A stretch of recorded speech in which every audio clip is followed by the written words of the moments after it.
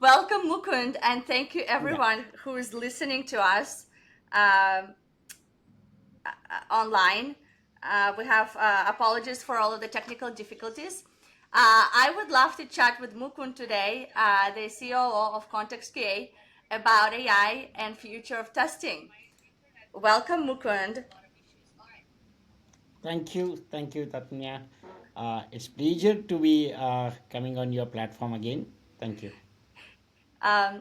So for those new to ContextQA, can you share what is the problem that you're trying to solve, and when did you start first building it? Right.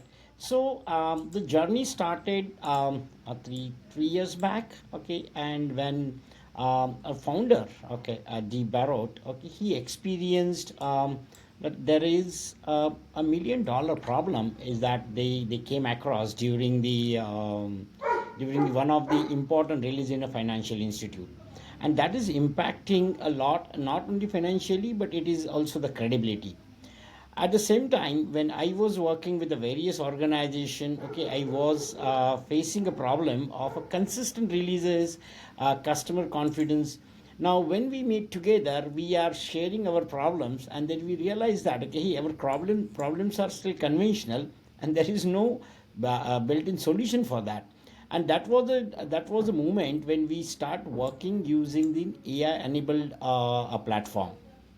Initial days, okay, we are going and solving some conventional issues, but that later we realize that AI can solve even bigger problem that what we are right now facing.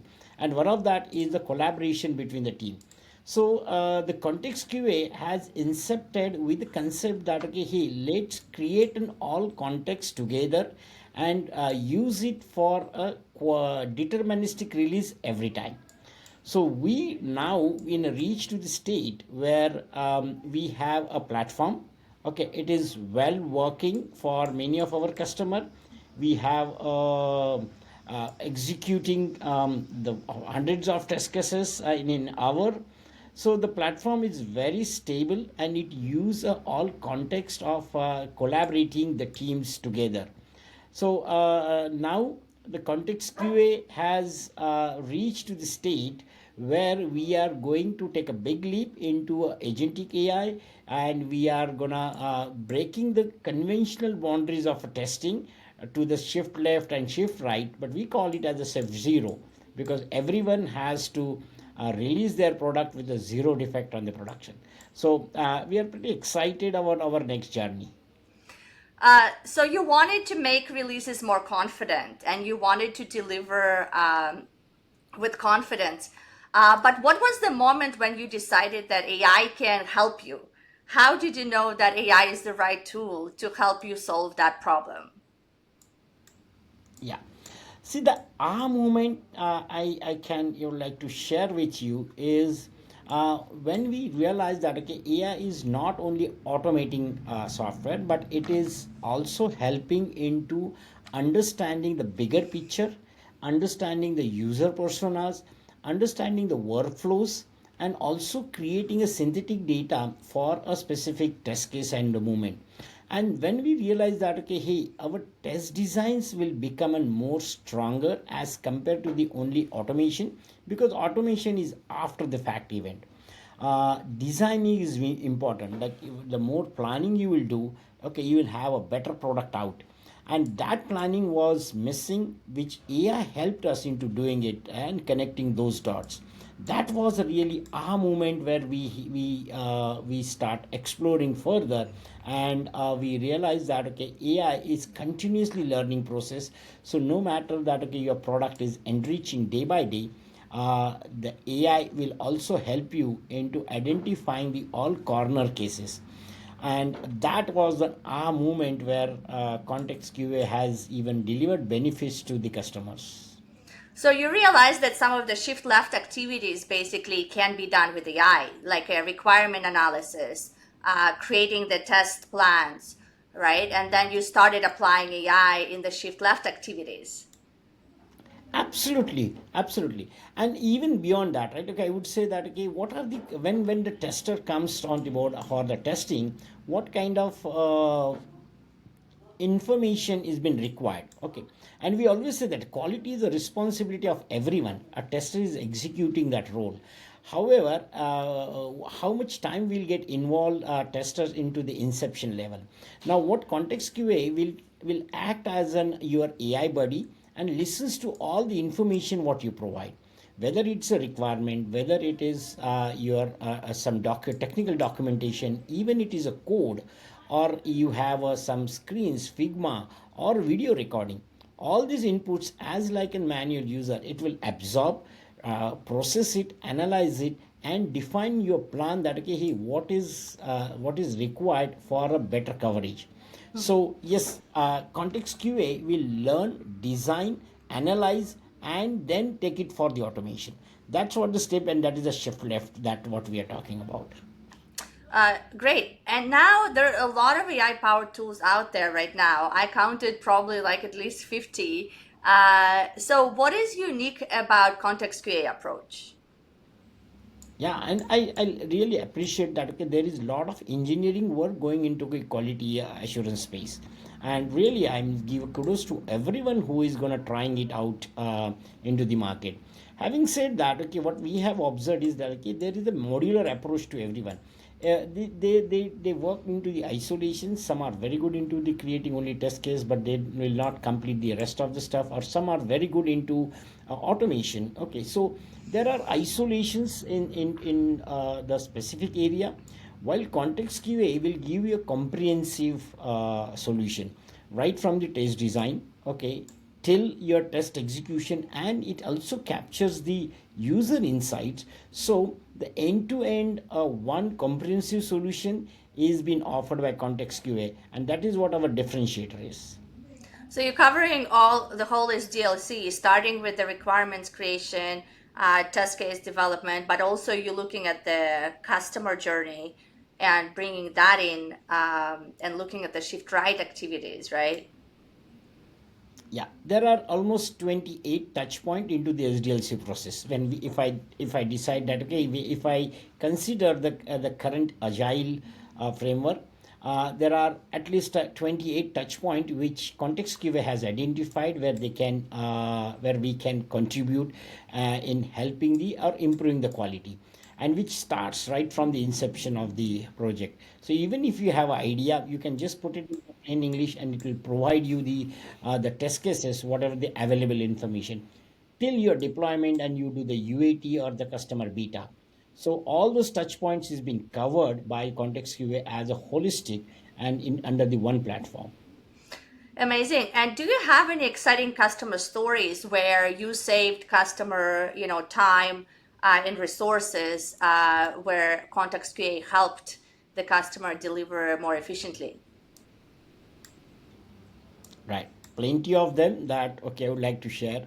But the recent one I would say that okay, when there is an enterprise customer who have been trying in a heterogeneous application, which has been working with an kind of hopping between the web application to the API interaction, and also into the Salesforce and SAP.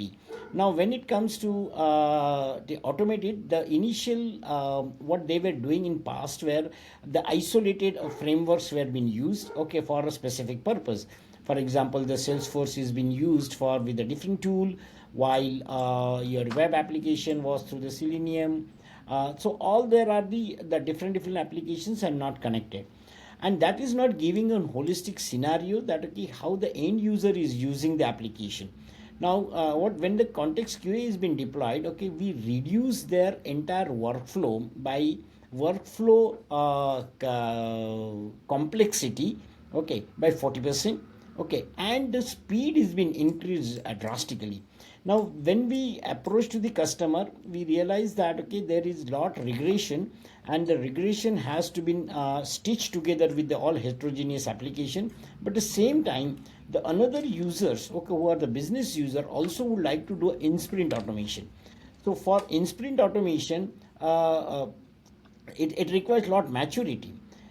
So our current customer was never been dream about an in-sprint automation, but like in a 2 months of time, we could automate their 1,000 plus test cases, and now their dream of in-sprint automation is a reality. So every time the new story comes and then someone enters the story into Jira, ContextQA brain will start working on it and it start automating the test case, and a tester become a test orchestrator. So we augmented the testers. Okay, we gave more power to the existing team, and they get augmented into the next role with more power of AI.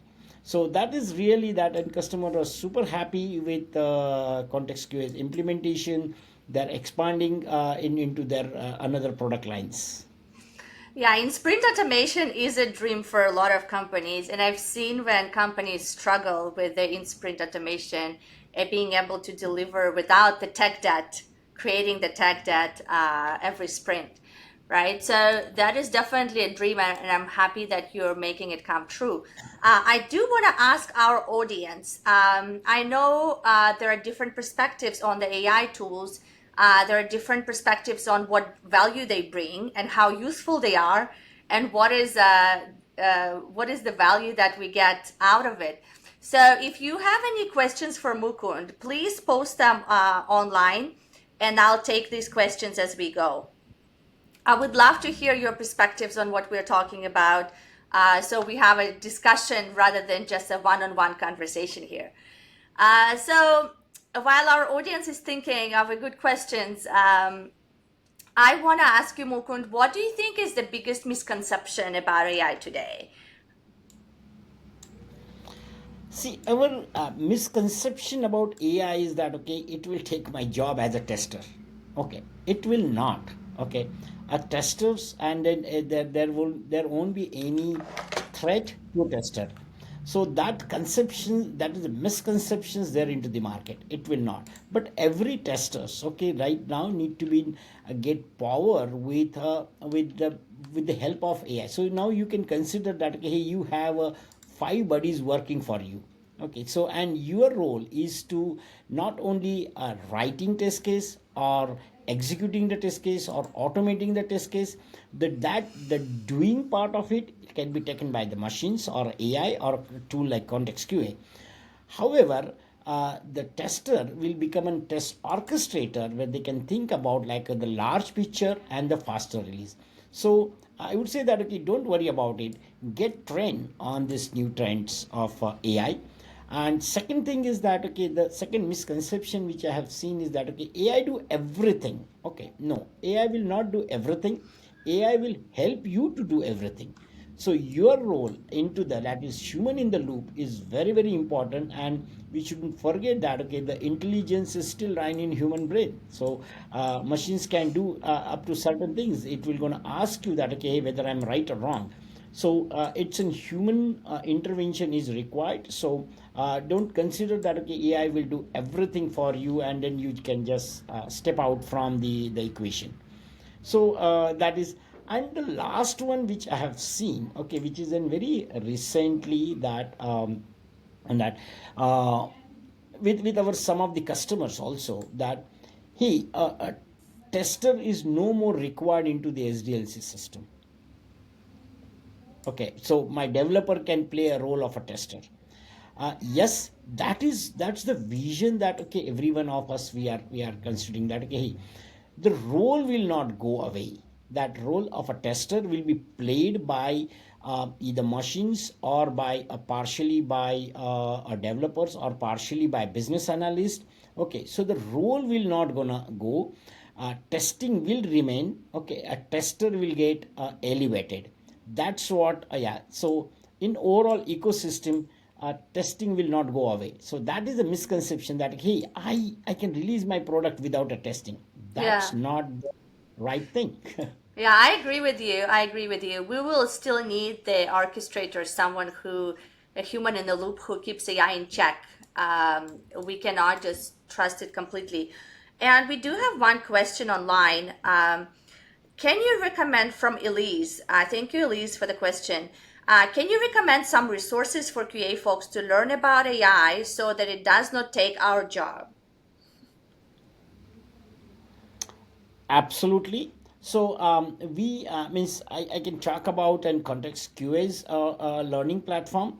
Very soon we are been enhancing our platform on Udemy, and there will be advanced training programs that can be you can opt for it, which will not only train us on you on a tool, but also the concept of AI, that how one can get equipped with an AI knowledge. Beyond that, okay, there are very good courses on plural site kind of tool, all and other Udemy courses where you can learn about an AI. But I would suggest that, okay, the best way to learn is to listen to the various podcasts. Okay, lot people are talking very good about the tools, and I would suggest that there are platforms like the Test Drive, or even Innovation QA is it's a very good platform to start your learning. So maybe Tatyan can help you into the more resources where to learn this AI. But the whole world is now learning into that. Okay, so you'll find tons of free stuff on various platforms. Yes, thank you for calling us out, Mukund. Innovate QA is a platform. We have monthly meetups, at least once or twice a month, and the conference where we talk a lot about how to use AI in your job as a QA engineer. So please join our meetups. I'll put the link to meetups in comments so you guys can join us. Let's take a few more questions. There's a question from Sergey. What tools and techniques you're using with AI to write test cases and checklists? Okay, so there is a proprietary tool that has been built underneath under the hood. There are many technologies being used, be it in Selenium, be it in Playwright, be it in Jest framework, or in a Groovy script. But the amalgamation of that is been as a packaged for the ContextQA platform. We also use a custom LLMs, okay, which is custom built for us, and those LLMs will act as a brain behind this all technology representation. But in short, I would say that, okay, when you think about an any kind of a package tool, you can think about an outcome, okay, not the underneath technology, because the technology even tomorrow will gonna change, but your outcome will not gonna, it will remain same.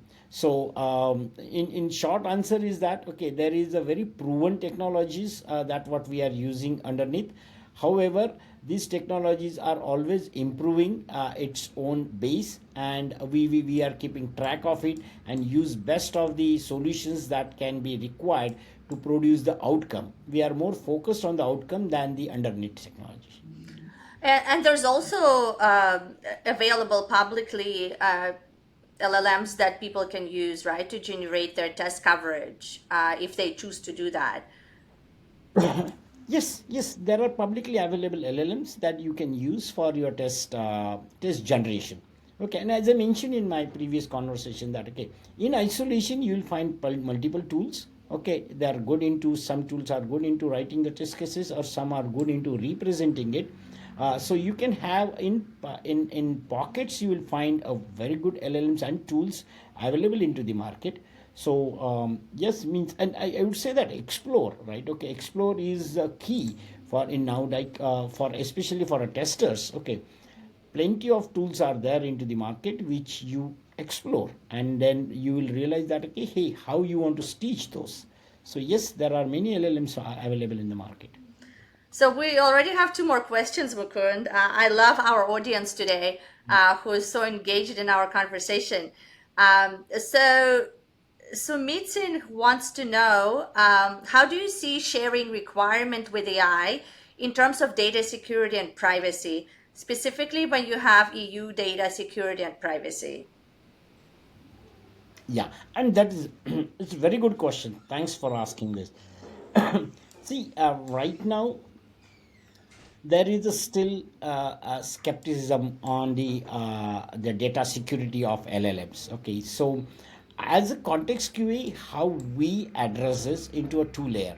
Layer one is that we are SOC compliance, and then we are not storing any kind of data onto our server. We are just using a telemetric for the actions, and the data will remain, say, back into the customer system. Having said that, okay, in some customers we really want to have the implementation to be done into the very secure environment, especially for the financial institution. So for them, we are implementing uh, uh, on-prem solution. Okay, we can it can be on your private cloud, so the no data will go out of your system. Now, as we have a custom LLM is gonna be part of your private cloud implementation, so there is no data seepage from your private cloud to outside network. That's the way we are controlling. But sharing data with open LLMs or into open source could be risky. And I would say that, okay, don't share it directly if it is especially the financial information or any kind of an vital information for your applications.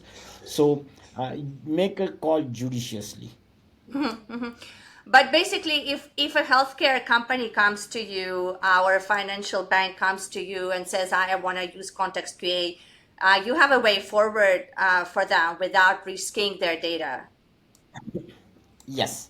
So we recommend their on their private cloud, okay. But if even they use in our public cloud, we their data is secure because of our compliances, and we don't use data for training. These are the pre-trained model. So there is no risk from that to the data get leaked to any of the open platforms. That's great. All right, one more question from Dinesh. How reliable are AI models in predicting defects compared to traditional testing approaches? Yes, and it's all depend on your definition of defects, right? So your definition of defects in conventionally also that, okay, if there is abnormality and there is a break into the your workflow, that called as a defect. Like, okay, if the page is not been found or there is some images are missing, those are quite obvious things. But what AI does is that, okay, it also validate the workflows. So our predictability is that, okay, as we are getting mature, so we are at least giving with the confidence that, okay, 70% of our defects are valid, and those are because of the understanding of the complexity of your domain. And what underneath our LLM does, it creates a knowledge graph. Now, based on the knowledge graph, the predictability of the defect is more confident, because it is not only looking at the defect from one angle, but it also look at from the various other parameters to be passed to that. And a typical example of it is like, okay, hey, I'm applying for a leave into my HRMS system, and a user is validating that data with my leave balance. Now, if my data is been pushed, okay, where there is no leave balance, and then it starts showing up the error message, that defect is being considered for in conventional method. It will consider that as a, hey, there is a defect because there is an error message for the leave application. But you don't know that, okay, hey, there is no data population happened in past in adequately, so that this is not an error, this is something abnormality has been observed. But AI can detect this kind of situation because it has a historical data, and with that historical data, it will connect the dot that, okay, hey, for leave application in my past execution, there was a data populated for a leave balance, and then only I can apply for a leave. Now, if there is no data populated, that means this is not a defect, this is on my environmental conditions not fulfilled. And context QA highlight those issues during the execution and ask you those vital questions that, okay, hey, is this information is missing, are you gonna fill it that, okay. So at the design level also it will ask, and at the level of the execution it will also validate with you. So the defect predictability, I would say that, okay, it's quite high with the all AI models. So basically, you teach your LLM your business logic, and you give it the knowledge that is required to understand the scenarios, right? And after it picks up all of this business logic, it can detect the defects quite well, right? We're not trying to just use random LLM to detect your defects in your system. You're actually training the LLM on your system, right? Abs- Yeah, absolutely, and that's what we call it the analytics of your defects, right? Okay, means it understand that okay, what happened in past. Okay, it creates a model based on that, and then when the defect predictability, it will alarm you that okay, hey, there is a potential defect, or this is a real defect because of there is a root cause of it, and it also goes at the code level too to validate those stuff if the code access has been provided. All right, I do want to take last one more question from the chat from Adam, and then we'll move on with the rest of the questions that I have for you. So Adam is, I think, summarizing. Is it helpful to think about managing AI agents and models like we might manage junior engineers? Both are capable of brute force, and both can learn if we teach them and give them feedback, right? But there are things we can't expect them to do on their own. Yes, and that is the right analogy, Adam. Thank you for that. Yes, this is you can treat them as like okay, at a certain level you can train them, teach them, and once it gets mature, it will act at their own, and they will work independently once it becomes acquired. But again, the another thing is that it's a continuous learning process, as like in your junior engineer. So this AI models are continuously learning, so you can keep them feeding with the information. Amazing. Thank you for that analogy, Adam. All right, so let's go back to my question. So I wanted to ask you, how do you see QA roles evolving? So we already talked a little bit about the QA engineer being an orchestrator now, someone who's managing junior AI agents, right? So, but how do you see their as adoption, AI adoption grows? How do you see them evolve? Yeah, yeah. So first, think about a situation where we are sitting at this point in the AI era. I would say winter is coming, right? The why programming, it will be create millions of lines of codes. Okay, it will throw you the functionality within few hours. So your development pace has been increased, or it been multifold, like okay, 10x or even 20x in some cases, right? So the development has improved a lot into generating the code. DevOps is also got mature, and it has shown the performance by even 10 to 20%. Okay, but the bottleneck is QA.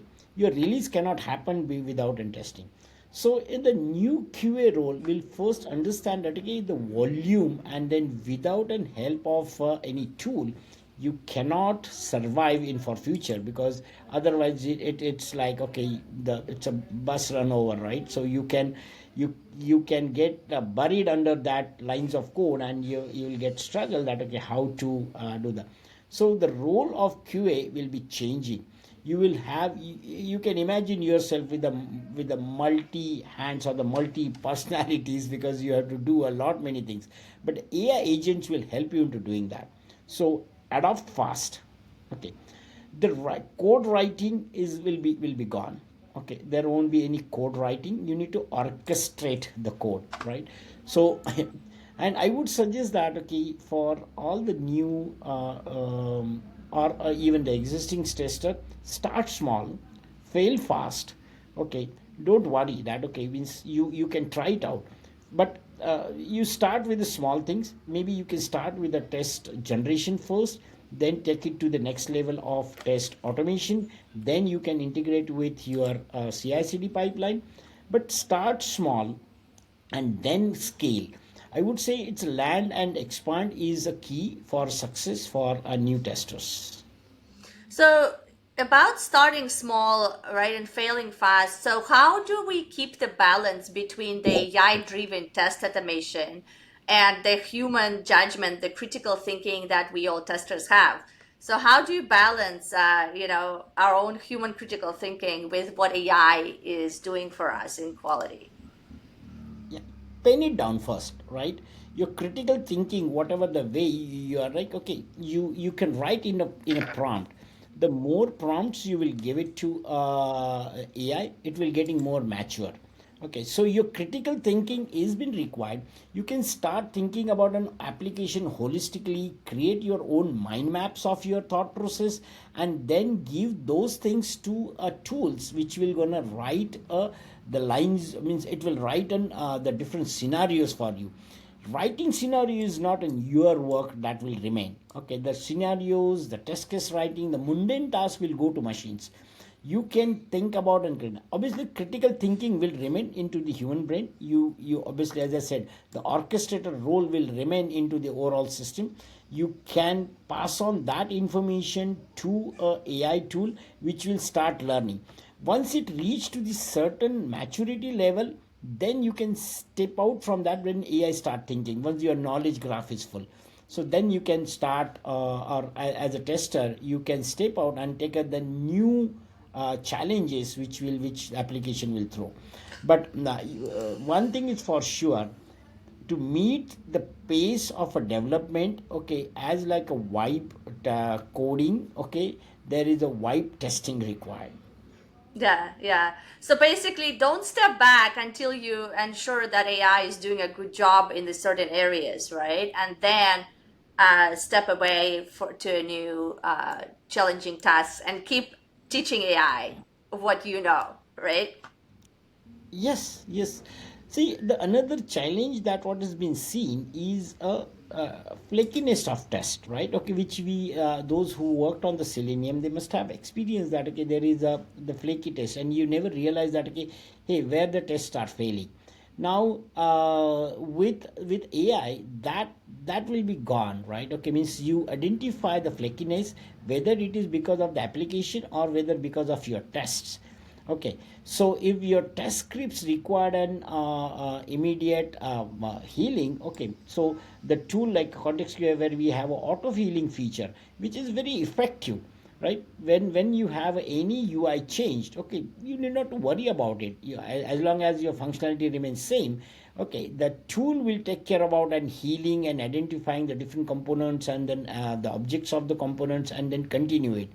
And even as the maturity of your tool goes go, it will also go with identifying your functional changes, and those functional changes, for that it will write a test cases through the auto crawl functionality. So anything new is been introduced is been known to the tool, and that it will write a test case associated with that. Right. That's amazing. I do want to ask our audience another question. Since you guys are such an engaging group today, if you are using currently AI for your testing, could you please comment and say, what are you using it for? And if you're not using it, then please tell us why you're not using it. So I'm just curious to hear what our audience, where are you at with using AI for your testing? Meanwhile, let's talk about future. Fast forward 5 years. What will the quality industry look like if AI reaches its full potential? Okay, so as I said that, okay, this the title of these different roles will go away, right? As I said, like, okay, the testing will remain, but it is being done by at the various stage by the various different tools. So what we see as a future is, we want to be a nervous system into the overall SDLC process.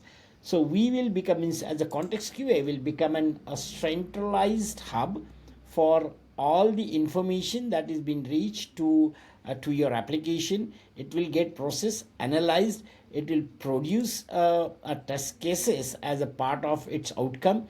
It will execute. It tells that, okay, hey, there is a defect. And we also think about a future where the defects found and fixed there in tool itself. So we are not only limiting ourselves to the level of what is going wrong and why it is going wrong, we will also find out how to fix it, and we'll fix the code into the directly into the production, and then there won't be any defects has been seen that is leaked at the production. It can be identified upward in advance and will get fixed on the fly. That's the future what we are looking at ourselves. And so that makes me think that if the quality engineers are now orchestrating the activities of the agents, right, AI agents, everyone will become a quality manager because they'll be managing the work of the kind of agents and the tools, right? So maybe that's the new title for all of the QA engineers. Yeah, yeah, exactly. Means that okay, means you join as a QA manager, right? And that's a dream for me. At least I it took me 12 years to get that title. But now you're the fresh or the new grad can come with the QA manager title because he has an agent underneath him and they'll work for him right from the day one. Yeah, I love that. I love that. We got a comment from Sergey that he's using Cursor on a daily basis for writing code and articles, resolving errors, reviewing code changes, mapping locators, advising best approaches, and explaining the code.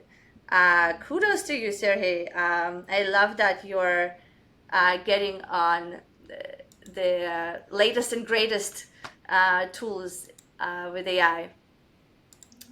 And Mukund, what's your vision for ContextQA in this future? How would ContextQA look like 5, 10 years from now? Yeah, yeah.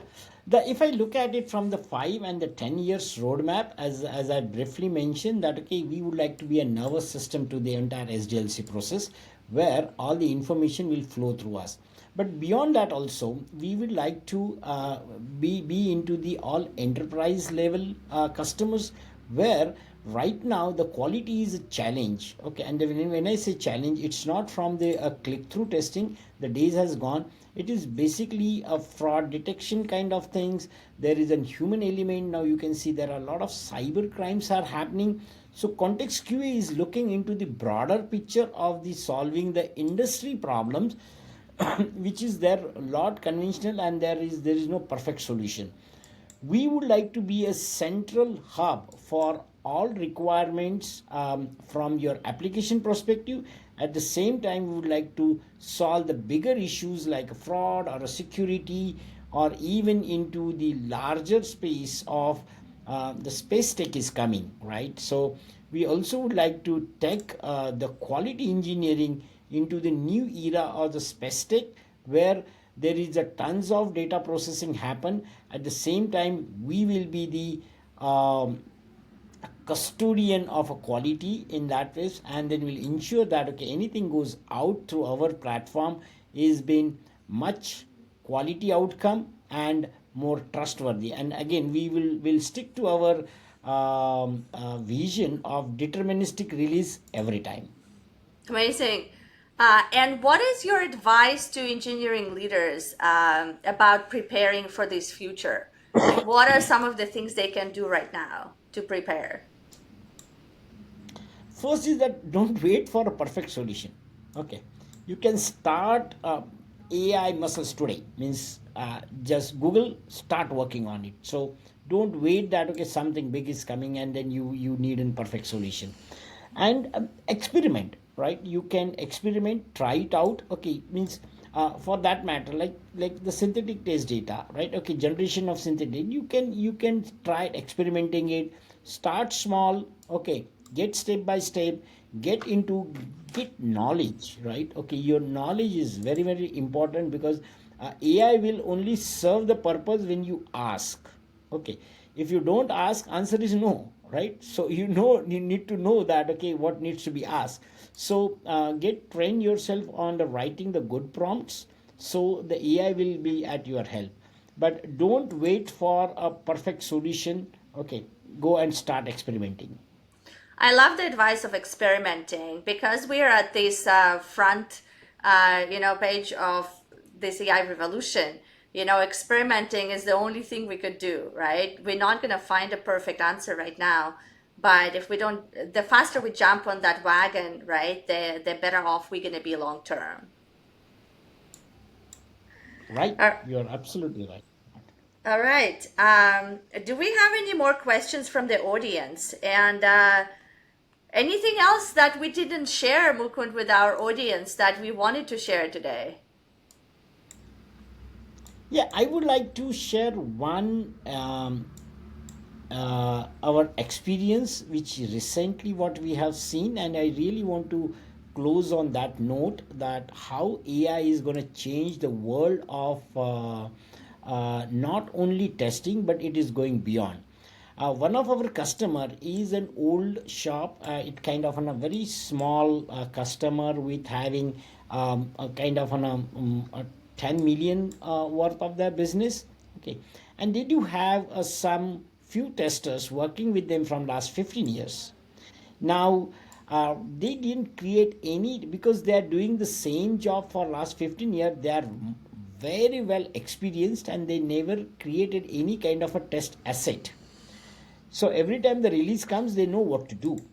Now the worry is that okay, most of them are retiring in couple of months, and the company is worrying that okay, hey, we will not get any person with that experience, and how we'll preserve this knowledge as a knowledge base. And as a context QA has come in picture, and we gave a perfect solution to them by offering our insights feature.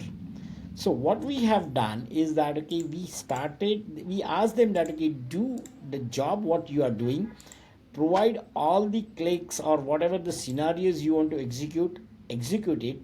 ContextQA has silently observed all the actions and created a comprehensive test suite. Okay, and that too also into categorization of their modules.